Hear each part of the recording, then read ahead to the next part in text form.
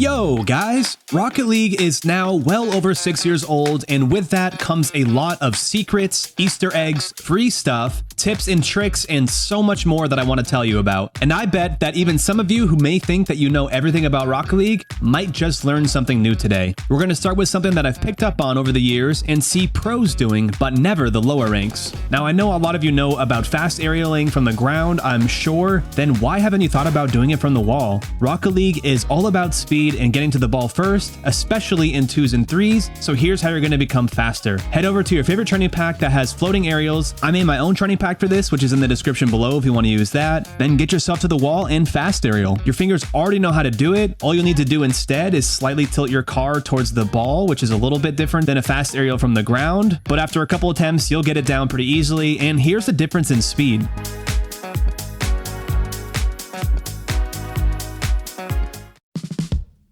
This one is super interesting to me. If you load up DFH Stadium Day and look at the side with the big stands and the tunnel, you'll see a gap in between the stands. Start flying over towards that, and when the sky starts opening up, you'll see, wait, is that a disc plate? Or is it today's sponsor? Both? Oh, how convenient. Disc plates are one-of-a-kind metal posters and are seriously a must-buy for gamers and anyone really. I mean, look at this one. Eat, sleep, game, repeat? Well, I guess Rocket League players would need like an extra line in there. Eat, sleep, game, flip, reset, repeat. And when I say display is for everyone, I mean it. I mean, look at this extensive list of stellar options. You're guaranteed to find something you or a loved one will enjoy. Oh? You hear that?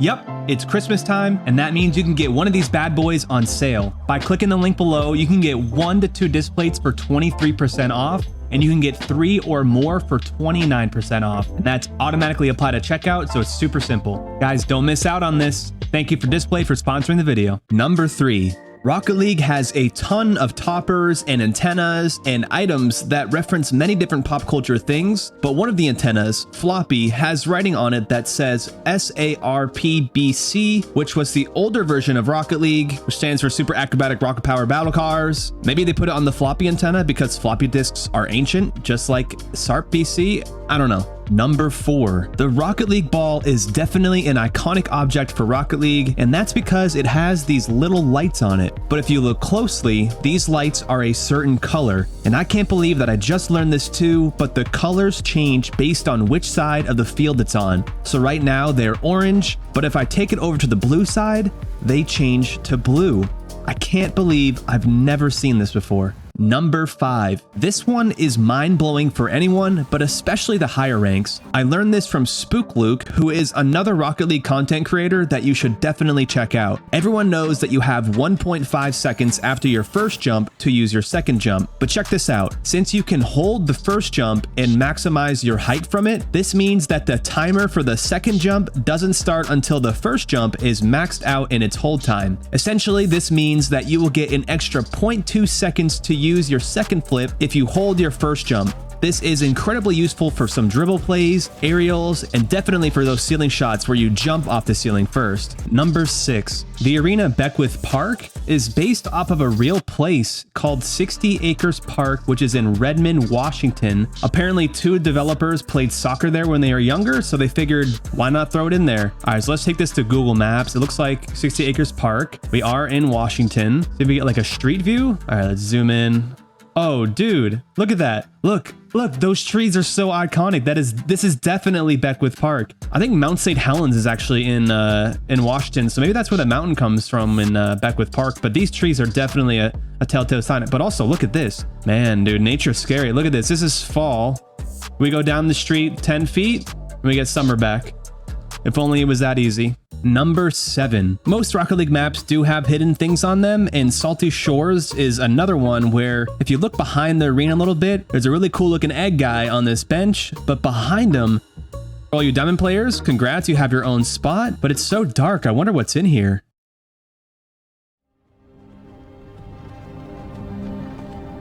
Hey, you. You're finally awake. Number 8, you're going to want to check your interface settings, especially if you play on Wi-Fi, and make sure you have STS or CSTS for your input buffer. This can help your latency in game a lot and help Rocket League play a lot smoother. Psyonix's website even says that this can help, so it's worth a shot if you're having latency issues. I know the OGs will probably know about this, but I figured I would just let you guys know in case any new players don't know. So once you get to the menu screen when opening up Rocket League, you're going to want to enter in the Konami code, which is up, up, down, down, left, right, left, right. Then you're going to want to hold B, hold A, and hold start. And you get the supersonic acrobatic rocket powered battle car theme, and you get a nice little free antenna, the Moai antenna. And if you want this screen to stay up, you're gonna have to hold the buttons, but once you let go of the buttons, you'll get your item, you'll unlock the new theme at the bottom right there, and that's it. Number 10. There is a guy out there who collected 1,000 pigeon toppers as seen here, and because of this, Psyonix created the custom-made title Pigeon Man for his efforts. Also, this video shows the old ranks that were here before the ones we have now, and look at the upper right, that's the OG menu screen for finding playlists. Number 11. If you make a private match in Hoops and select the gigantic sized ball mutator, it's impossible to score. You can try yourself to see if you can make it work, but I don't think you can. Number 12. Manfield and Beckwith Park are located right next to each other in the Rocket League world. If you go to Beckwith Park and zoom out, you can see Manfield right over there, although it is completely untextured, making it look like a bomb went off. And for some reason, if you load up Manfield and zoom out there is no Beckwith Park. Number 13. This one is for free stuff, but get to the home screen, click on settings, and go to the extras tab, click redeem code, and then type in popcorn, and you will unlock the popcorn boost. Number 14. I'm surprised that more people don't know about this, but when you're in the goal replay during a match, you are allowed to use your camera swivel to look around. I've done this many times so I can pinpoint where the hell my teammates were on a defensive play. Number 15. While in a replay, there are special effects that you can use while you are trying to record things. I use green screen a lot for editing and thumbnails. You've got blue screens, different colored screens, but the cool stuff is in the image filter. You could do a sepia, which I guess just means like kind of old school, a little dramatic, see a little dramatic. We've got grayscale if you want to sadden things a little bit. I mean, scene depth is like super spooky. Like, how cool is that? I've used this a couple times in my videos. There are a couple more options you can choose from. There's also some blur for you guys who make montages or just want like a cool photo. There's also vignettes. I mean, just look at my car. Like, look how intense this is. I'm tunnel visioned. This one is for people with 2 monitors with different refresh rates. Go into your desktop, right click, go to display settings, scroll down to advanced display settings, then hit display adapter properties, then go to the monitor and make sure that your refresh rate is set to the max setting. I've had this refresh rate randomly go down multiple times, so it's always a good thing to just double check on and make sure that you are playing Rocket League at your full refresh rate. Number 17. All right, here's a tip for the advanced player. You are about to learn the flip reset pop, which is much better than most other flip resets. You're going to want to start on the ground like this and get the ball airborne, hit the ball once, and then go straight into the flip reset and basically spam your jump button so that you immediately use your flip when you get the reset. This is extremely hard to read if somebody is trying to defend it, but the best part about this is that you can start to use this on a regular aerial play when the defender is just kind of sitting in the net. You can air dribble it until you're closer to their goal, then use this flip reset pop to really mess them up. You can also use it a little farther back in the air and flip cancel and set up a nice double tap. You'll basically want to stop trying to get the flip reset at max speed like this and start to get it doing this technique where you will be going the same speed of the ball and then boost into the flip reset, thus popping it while you're underneath it.